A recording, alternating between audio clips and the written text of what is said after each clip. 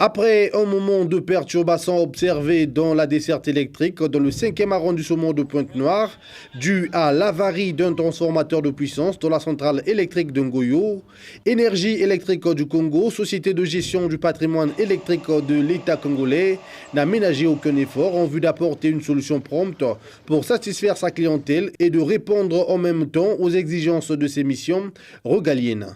Dans ce genre de cas, si nous tentons de réparer, il nous faut pratiquement plus d'une année pour réparer le transformateur.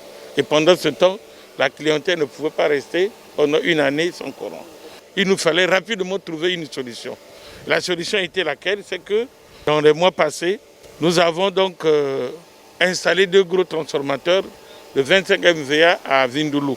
Donc un seul transformateur pour le moment là-bas est suffisant. Et il nous fallait donc déplacer un transformateur là, l'amener ici.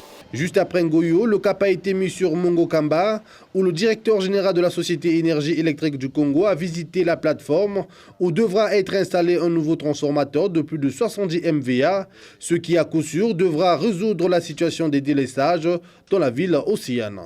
Parmi les 2 transformateurs que vous voyez là, pratiquement il y a un qui est déjà hyper saturé. Ce qui fait que chaque soir, on est contraint de délester quelques postes à l'intérieur de la ville pour ne pas avarier le transformateur. Pour mettre fin à cela, il nous faut augmenter, voire renforcer les capacités de ce poste. Et nous avons donc décidé d'acquérir 2 transformateurs de 70 MVA.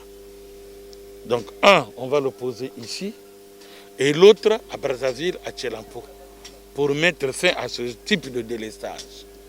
Avant de quitter Pointe-Noire, Jean-Bruno Dangaadou a été voir l'état d'avancement des travaux de construction de l'agence de Tchali dans l'arrondissement Mongompuku.